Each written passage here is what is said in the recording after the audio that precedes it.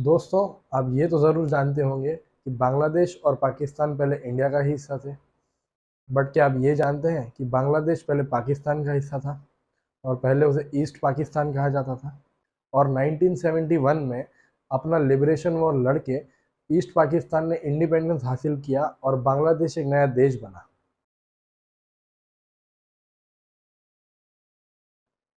नमस्कार दोस्तों, कहानी की शुरुआत होती है ब्रिटिश राज से।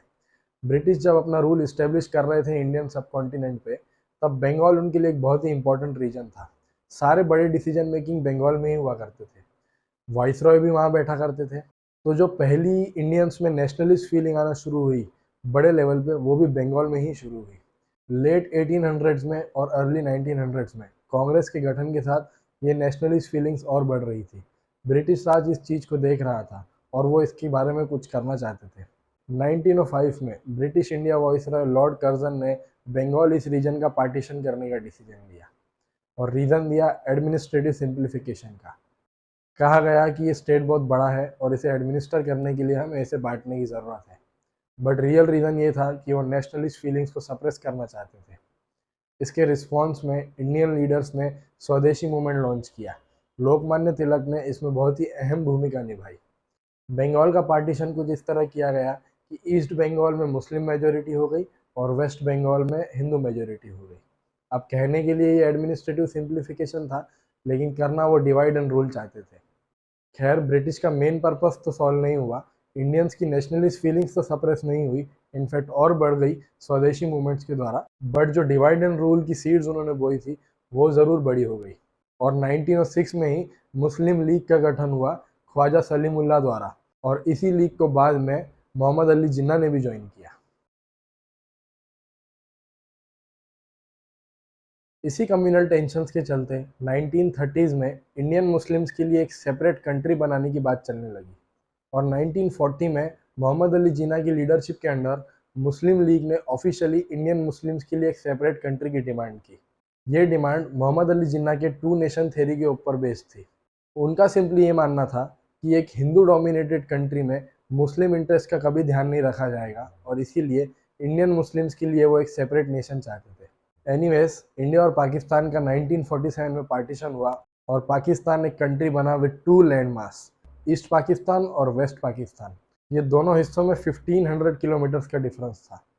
यहाँ पर एक बात नोट करना दोस्तों, मोहम्मद अली जिन्ना ने सेपरेट नेशन की बात सिर्फ और सिर्फ इस्लामिक आइडेंटिटी के बेसिस पर की थी। उन्होंने लिंग्विस्टिक, कल्चरल, एथनिक डिफरेंसेस को बिल्कुल इग्नोर किया। खैर, पाकिस्तान तो बन गया, वो भी दो अलग लैंडमास के साथ, ईस्ट पाकिस्तान और वेस्ट पाकिस्तान। और मोहम्मद अली जिन्ना बने इसके फर्स्ट गवर्नर जनरल। अब कहने के लिए इन दोनों जगहों के लोग मेजोरिटी में मुस्लिम्स थे, लेकिन ये दोनों ही जगहों के लोग बहुत ज़्यादा डिफरेंट थे। इस डिफरेंस को समझने के लिए आप कंपेयर कर सकते हैं आज के वेस्ट बंगाल और पंजाब के साथ। जितने डिफरेंट इन दोनों स्टेट्स के लोग कल्चरली है, शायद उतने ही डिफरेंट ईस्ट पाकिस्तान और वेस्ट पाकिस्तान के लोग थे। ईस्ट पाकिस्तान यानी आज के बांग्लादेश के लोगों को ये लगता था कि एक मुस्लिम मेजोरिटी देश में उनके राइट्स का ज़्यादा ख्याल रखा जाएगा, लेकिन असल में हुआ उल्टा। आइए दोस्तों, ईस्ट पाकिस्तान और वेस्ट पाकिस्तान के डिफरेंसेस को समझने की कोशिश करते हैं इकोनॉमिक, सोशल और पॉलिटिकल फ्रंट पे।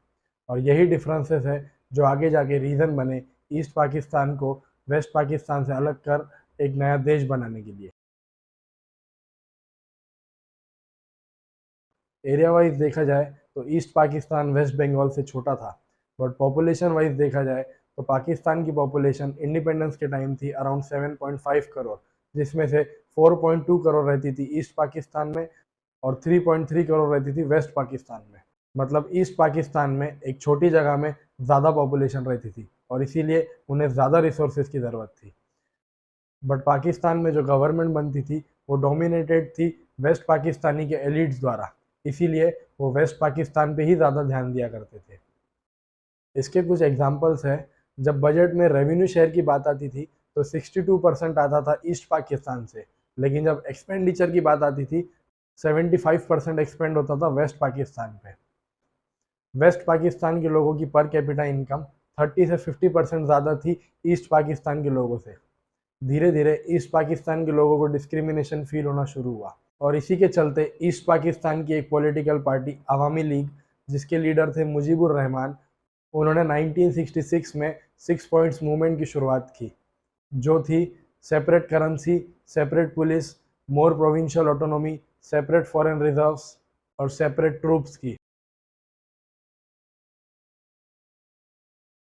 अब अगर सोशल रीजंस को देखें तो ईस्ट पाकिस्तान के बंगाली लोग पाकिस्तान में मिलना ज़रूर चाहते थे, लेकिन इसके लिए वो अपना कल्चर, अपनी लैंग्वेज नहीं भूलना चाहते थे।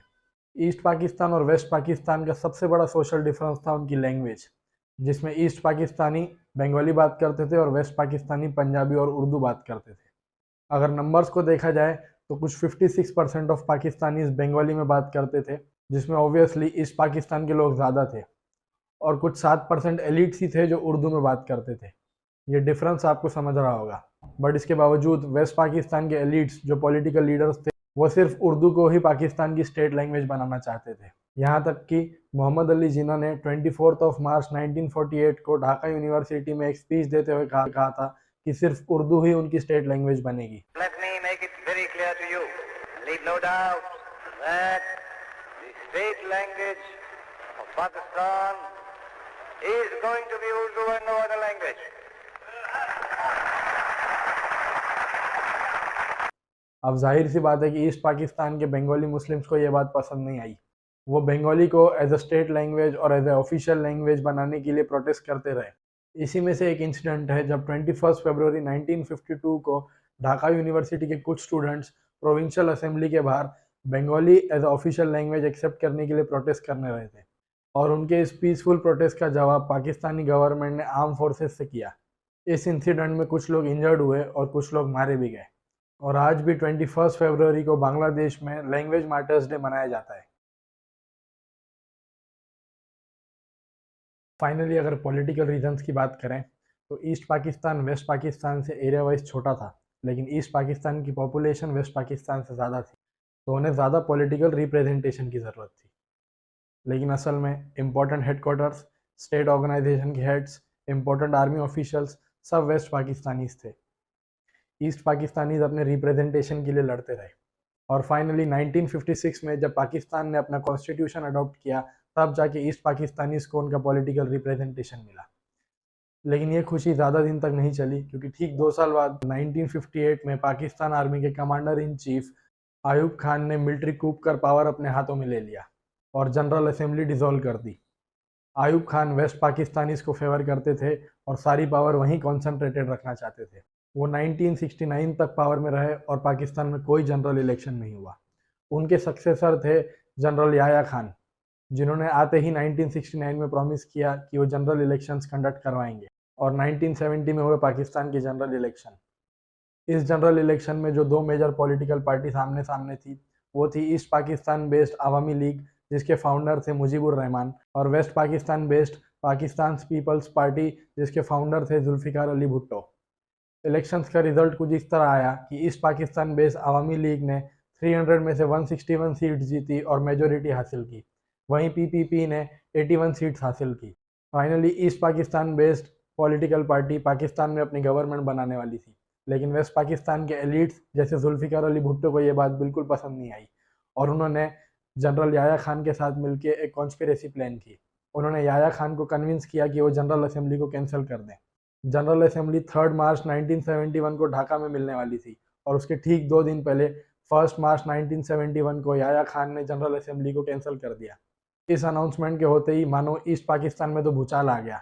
लोग सड़कों पर उतर आए, मास प्रोटेस्ट, मास डेमोन्स्ट्रेशन होने लगे, आज़ादी के नारे लगने लगे। बांग्लादेश के इंडिपेंडेंस की आग लग चुकी थी। अभी हमने देखा 3 मार्च 1971 को ढाका में नेशनल असेंबली मिलने वाली थी, और उसके 2 दिन पहले याया खान गवर्नमेंट ने उसे कैंसिल कर दिया। This became the final nail in the coffin. East Pakistan इसको समझ गया था कि पाकिस्तान में रह के उन्हें कोई रिप्रेजेंटेशन नहीं मिलने वाला, और इसीलिए अवामी लीग के लीडर शेख मुजीबुर रहमान ने एक 5 डे लॉन्ग स्ट्राइक का अनाउंसमेंट किया और अपने ईस्ट पाकिस्तान के लोगों से बांग्लादेश के इंडिपेंडेंस स्ट्रगल के लिए लड़ने के लिए कहा। लोग सड़कों पर उतर आए और प्रोटेस्ट करने लगे। तभी इसको रोकने के लिए याया खान गवर्नमेंट ने कर्फ्यू इम्पोज किए, बट इसका कोई असर नहीं हुआ। लोग सड़कों पर थे और लॉ एंड ऑर्डर पूरी तरह से तहस नहस हो चुका था। याया खान ने इस मूवमेंट को रोकने के लिए और बंगाली नेशनलिज्म को दबाने के लिए एक ऑपरेशन प्लान किया, ऑपरेशन सर्चलाइट। 25 मार्च 1971 को वेस्ट पाकिस्तान से ढाका में एक फ्लाइट लैंड की और उसमें सीक्रेटली मौजूद थी पाकिस्तानी आर्मी ट्रूप्स, और उसी रात से उन्होंने अपना जेनोसाइड शुरू कर दिया। 25 मार्च की नाइट को ही लीडर शेख मुजीबुर रहमान को अरेस्ट कर लिया गया, बट उनके अरेस्ट के पहले वो बांग्लादेश को एक इंडिपेंडेंट कंट्री घोषित कर चुके थे। उनका मैसेज ब्रॉडकास्ट होने में मिडनाइट हो गई और डेट 26 हो गई, और इसके चलते आज भी बांग्लादेश में 26 मार्च को इंडिपेंडेंस डे मनाया जाता है। ऑपरेशन सर्चलाइट के चलते पाकिस्तानी आर्मी ने ढाका यूनिवर्सिटी के स्टूडेंट्स, टीचर्स, एम्प्लॉयज़ और बहुत सारे सिविलियंस को टारगेट किया और उन्हें जान से मार दिया। हिंदूज को भी टारगेट किया गया। इस ऑपरेशन के चलते पाकिस्तानी आर्मी ने 30,000 बंगालीज को एक वीक के अंदर मार दिया। It was a complete situation of terror. लोग डरे हुए थे और वो पाकिस्तान के मंसूबे अच्छी तरह समझ चुके थे। पाकिस्तान ने ऑपरेशन सर्चलाइट को कुछ इस तरह इम्प्लीमेंट किया कि सारे फॉरेन मीडिया को देश से डिपोर्ट कर दिया गया और सारे कम्युनिकेशन चैनल्स बंद कर दिए गए, ताकि कोई इन्फॉर्मेशन बाहर ना जाए और उन पर किसी भी तरह का इंटरनेशनल प्रेशर ना आए। आफ्टर दिस मैसेकर बहुत सारे लोग पाकिस्तान आर्मी से बचने के लिए ढाका और ईस्ट पाकिस्तान छोड़ के भागने लगे। बहुत सारे लोग बॉर्डर क्रॉस करके इंडिया में भी आए। एस्टिमेट्स कहते हैं उस समय अराउंड 1 करोड़ लोग बॉर्डर क्रॉस करके इंडिया में आए थे। इंडियन गवर्नमेंट ने उन्हें शेल्टर और फूड प्रोवाइड किया। वहीं दूसरी ओर कुछ बंगाली नेशनलिस्ट ऐसे भी थे जो पाकिस्तान आर्मी को जवाब उन्हीं के लैंग्वेज में देना चाहते थे, और उन लोगों ने बनाई मुक्ति वाहिनी फोर्स। ये फोर्स गोरिल्ला वॉरफेयर टेक्निक्स का यूज करके पाकिस्तान आर्मी से लड़ रही थी। अब इस सब में इंडिया क्या कर रहा था? हम देख चुके हैं कि कैसे बहुत सारे रेफ्यूजीज ईस्ट पाकिस्तान से बॉर्डर क्रॉस कर इंडिया में आ रहे थे, मगर ये बहुत ही चैलेंजिंग सिचुएशन थी कि इतने सारे लोगों को रिसोर्सेस और शेल्टर प्रोवाइड करना। और वहाँ हो रहे जेनोसाइड को देख के इंडिया बांग्लादेश के कॉज को सपोर्ट कर रहा था, और इसके लिए Indian forces Bengali nationalist force मुक्ति वाहिनी को ट्रेनिंग दे रही थी, उन्हें ईस्ट पाकिस्तान की फोर्सेस से लड़ने में मदद कर रही थी। इसी के साथ हमारी PM Mrs Indira Gandhi ji multiple nation tours पर गई, जैसे यूएस और फ्रांस, ताकि बांग्लादेश के कॉज के लिए सपोर्ट गेन कर पाए। मगर यूनाइटेड स्टेट्स ने इस सिचुएशन में पाकिस्तान को सपोर्ट किया, इनफैक्ट उन्हें वेपन्स भी सप्लाई किए। इंडिया जानता था कि आगे चल के ये सिचुएशन वॉर में टर्न हो सकती है, और इसीलिए अगस्त 1971 में इंडिया ने सोवियत यूनियन के साथ treaty of peace, friendship and cooperation sign की। ये एक स्ट्रेटेजिक अलायंस तो नहीं था, लेकिन एक स्टेटमेंट ज़रूर था कि अगर आगे चल के वॉर में यूनाइटेड स्टेट्स पाकिस्तान को सपोर्ट करता है तो सोवियत यूनियन इंडिया को सपोर्ट करेगा। इसी ट्रीटी के चलते चाइना भी खुल के पाकिस्तान को सपोर्ट नहीं कर पाया। डिप्लोमेटिकली देखा जाए तो यूनाइटेड नेशन सिक्योरिटी काउंसिल में भी इंडिया की जीत हुई। सोवियत यूनियन, फ्रांस और यूनाइटेड किंगडम ने इंडिया को सपोर्ट किया, वहीं यूनाइटेड स्टेट्स और चाइना ने पाकिस्तान को।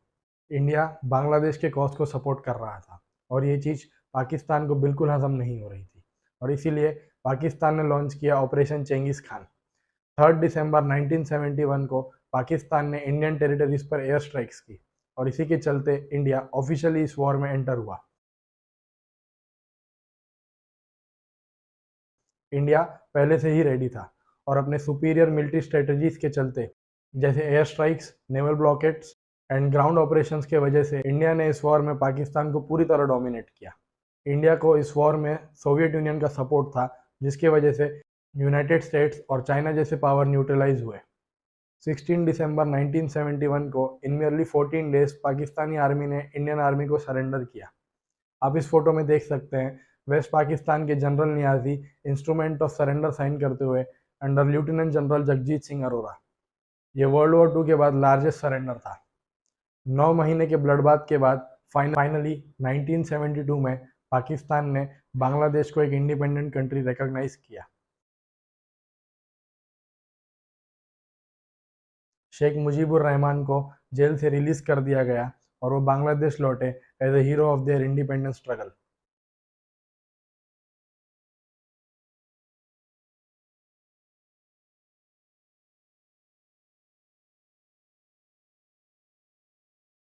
नाइनटीन 1973 के जनरल इलेक्शन में आवामी लीग ने मेजोरिटी विन हासिल की और वो पावर में आए। करंट डेट भी देखी जाए तो आज भी बांग्लादेश में आवामी लीग ही पावर में है, और वहाँ की current prime minister Sheikh Hasina independence hero Mujibur Rahman की बेटी है। 1974 में यूनाइटेड नेशंस ने भी बांग्लादेश को एक इंडिपेंडेंट कंट्री रिकॉग्नाइज किया और इसी के साथ बांग्लादेश एक नया देश बना। आज के वीडियो में इतना ही दोस्तों। अगर आपको इस वीडियो से कुछ सीखने को मिला, आपकी नॉलेज बढ़ी, तो प्लीज़ मेरे चैनल को सब्सक्राइब कीजिए। Thank you.